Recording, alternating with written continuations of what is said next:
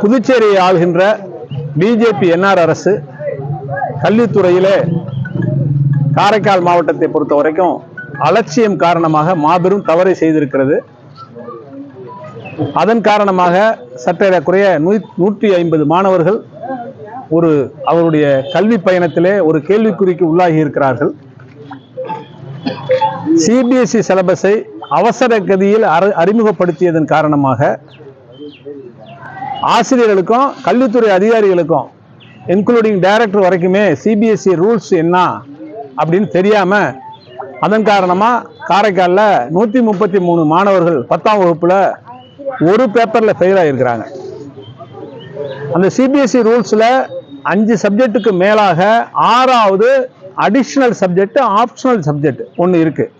ஒவ்வொரு ஸ்கூல்லையும் அங்க இருக்கிற ஆசிரியர்களுடைய தகுதியை பொறுத்து அந்த சப்ஜெக்டை அந்த ஸ்கூல் விபி முடிவு பண்ணிக்கலாம். உதாரணமா agri, taxation, marketing, apparel, tailoring, இது மாதிரி ஒரு 6வது பாடத்திட்டத்தை எடுத்துக்கலாம். அதுல இன்டர்னல் அசஸ்மெண்ட் 40 மார்க்கு ஆசிரியர்களே போடுவாங்க, பாக்கி மார்க்கு 60 மார்க்கு. 10ஆம் வகுப்புல ஒரு தேர்வுல ஃபெயிலான மாணவன் இந்த ஆப்ஷனல் சப்ஜெக்ட்ல அதிக மார்க் வாங்கி இருக்கும் பட்சத்துல அந்த மார்க்கினுடைய ஆவரேஜை வச்சு இவங்களுக்கு பாஸ் போட்டுருவாங்க அந்த சிபிஎஸ்இ ரூல்ஸ் படி. இதை பாண்டிச்சேரியில செஞ்சிருக்கிறாங்க, மாஹியில செஞ்சிருக்கிறாங்க, ஏனத்துல செஞ்சிருக்காங்க, காரைக்கால் மட்டும் செய்யல.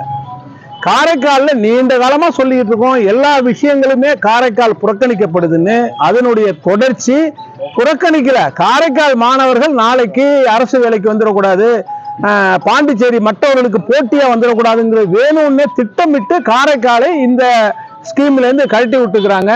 இது மிகவும் வருத்தமான செயல். அது மட்டும் இல்ல, இதே ஆப்ஷன் +2க்கும் இருக்கு. +2லயும் 6வது சப்ஜெக்ட் இருக்கு. அதுல 370 பேர் காரைக்காலில் ஃபெயில்.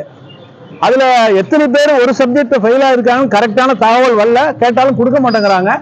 அதுலயே நூற்றுக்கணக்கானவங்க ஒரு சப்ஜெக்ட்ல போனவங்க இந்த மாதிரி ஆப்ஷனல் கோர்ஸ்ல மார்க் வாங்கி பாஸ் பண்ணிருக்கலாம். 10th பாஸ், +2 பாஸ்ங்கிறது ஒவ்வொருடைய மாணவன் வாழ்க்கையிலும் மிக முக்கியமான கட்டம். 10th ஃபெயில் ஆயிட்டாங்கிறதே அந்த மாணவனுக்கும் அந்த குடும்பத்துக்கும் ஒரு பெரிய மன உளைச்சலை உண்டாக்கும். அவங்க பாஸ் பண்றதுக்கான வாய்ப்பு இருந்தும் தவறு செய்தது கல்வித்துறை அதிகாரிகள். இந்த கல்வித்துறை அதிகாரிகள் இவ்வளவு செயல்பாடுகள் மோசமா இருப்பதை சரியாக கண்காணிக்காத கல்வித்துறை அமைச்சர் இவர்கள் மீது உரிய வகையில விசாரணை செய்து நடவடிக்கை எடுக்க வேண்டும் என்று மாணவர்கள் இங்க வந்திருக்காங்க பாருங்க. மாணவர்கள் 30-40 பேர் வந்திருக்கிறாங்க. இன்னும் எல்லாம் வர தயாரா இருக்காங்க. அவங்களும் பெற்றோர்கள் மனு கொடுக்க வந்திருக்காங்க. அவங்க எல்லாம் தெரிவிச்சதுனால அவங்க கூட வந்திருக்கிறோம். புதுவை அரசு இந்த தவறு செய்த பொறுப்பான அதிகாரிகள் மீது மிக கடுமையான நடவடிக்கை எடுக்க வேண்டும் என்பதை வலியுறுத்தியும், இந்த தோல்வியடைந்த மாணவர்கள் மறுதேர்வு எழுதுவதற்கான பணத்தொகையை காரைக்கால் மாவட்டத்தை சார்ந்த அத்தனை பேரும் பொறுப்பேற்றுக் கொண்டு அந்த பணத்தை அவங்களே கட்டணும். ஒரு ஸ்டூடெண்ட்டை கட்ட சொல்லக்கூடாது. ஏன்னா அவன் பாஸ் பண்ணிருப்பான், நீங்க செஞ்சு தப்பால அலட்சியத்தாலும் வேலை போயிருக்கான். அது மட்டும் இல்லாம அவங்களுக்கு கோச்சிங் கொடுத்து இந்த உடனடி தேர்வுல அவங்களை வெற்றி பெற செய்யணும். இது ஒரு முக்கியமான கோரிக்கை. இது மட்டும் இல்லாம +1ல ஆல் ஆஃப் ஏ சடனா சிபிஎஸ்இ இன்ட்ரோடியூஸ் பண்ணி எல்லா சப்ஜெக்டும் இங்கிலீஷ்ல இருக்கிறதுனால +1ல 10th நல்ல மார்க் ஸ்டேட் போர்டில் எடுத்த மாணவன் +1ல பெரியாக்கப்பட்டிருக்கிறான் பல பள்ளிக்கூடங்கள்ல. அந்த மாணவனுக்கும் அந்த உடனடி தேர்வு முறையை நடைமுறைப்படுத்தி மாநிலம் முழுமைக்கும் +1 மாணவர்கள் மறுதேர்வு எழுதி இந்த கல்வியாண்டிலேயே 12ஆம் வகுப்பு படிப்பதற்கான வாய்ப்பை கல்வித்துறை செய்து கொடுக்க வேண்டும்.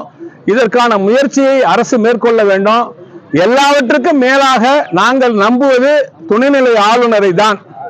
அவராவது இது போன்ற தவறுகள் நடக்காமல் இருப்பதற்கான துறை ரீதியான நடவடிக்கையை சிறப்பான முறையில் எடுக்க வேண்டும் என்று கேட்டுக்கொள்கிறோம். போராட்டம்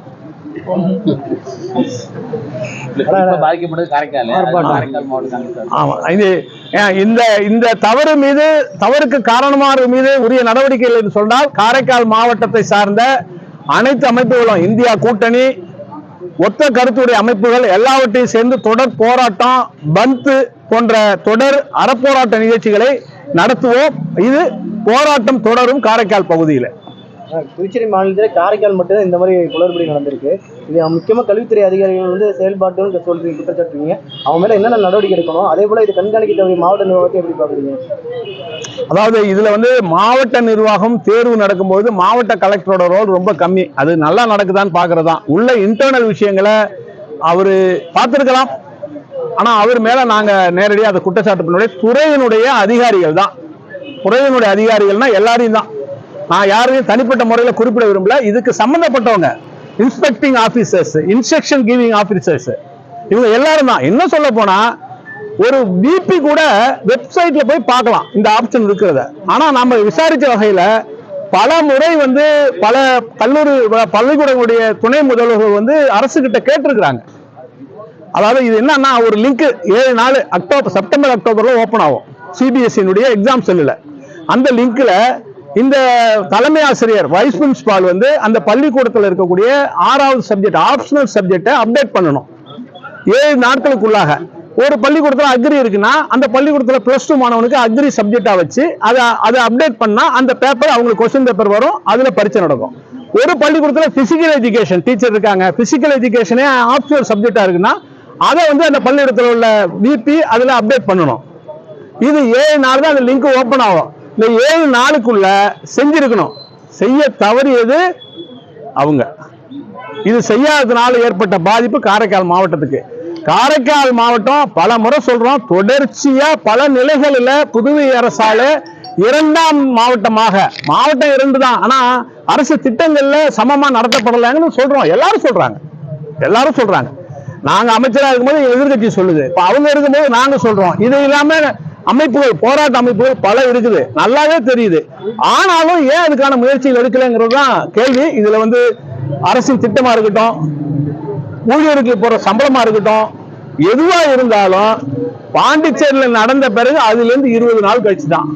இதை வந்து முதலமைச்சரை கேட்டாலும் மற்றவங்களை கேட்டாலும் அது தலைநகரம்னா முன்னாடி நடந்துடும், மாவட்டம் தான். என்ன மாவட்டம்? இன்னைக்கு டெக்னாலஜி எப்படி வழங்கி போயிருக்கு.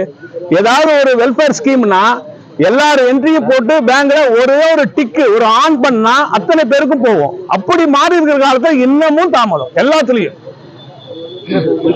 கல்வித்துறை செயலாளர் இயக்குனர் தானே கண்காணிச்சிருக்கோம், எல்லா இடத்துக்கும் ஒரே மாதிரி போகுதான்ட்டு. இது அவங்க பார்க்காதது அவங்களோட இதுதானே. அவங்க அதான் அதுக்குதான் நாங்க அனைத்து பேர் மேலேயும் பொறுப்பானவங்க யாருங்கிறது இப்ப உங்களுக்கே தெரியுது. நீங்க செயலாளர் நீங்க சொல்றீங்க, இயக்குனர் நீங்க சொல்றீங்க. நீங்க சொல்றபடி அவங்க தான் பொறுப்பானவங்கன்னா அவங்க மேல நடவடிக்கை எடுக்கணும். இது வந்து சின்ன தவறு இல்லது. இந்தியாவிலேயே எந்த மாவட்டத்திலையும் இது போன்ற ஒரு தவறு நடந்ததாக நாம் கேள்விப்பட்டதில்லை. அந்த பேப்பர் கொடுப்பா ஆறுமுகம், இங்க பாருங்க 10th ஃபெயிலுங்கிறது சாதாரணமா பேசுறோம். இது ரெக்கார்ட் பண்ணாலும் பண்ணுங்க, எப்படின்னு பாத்துங்க. அதுல வந்து நாமக்கல்ல ஒரு நபர் தூக்குமாட்டு தொங்கியிருக்கார். இந்த செய்தி கபில் ஆனந்த்ங்கிறவர், இவர் ஒரு கூலி தொழிலாளி, லாரி டிரைவர்.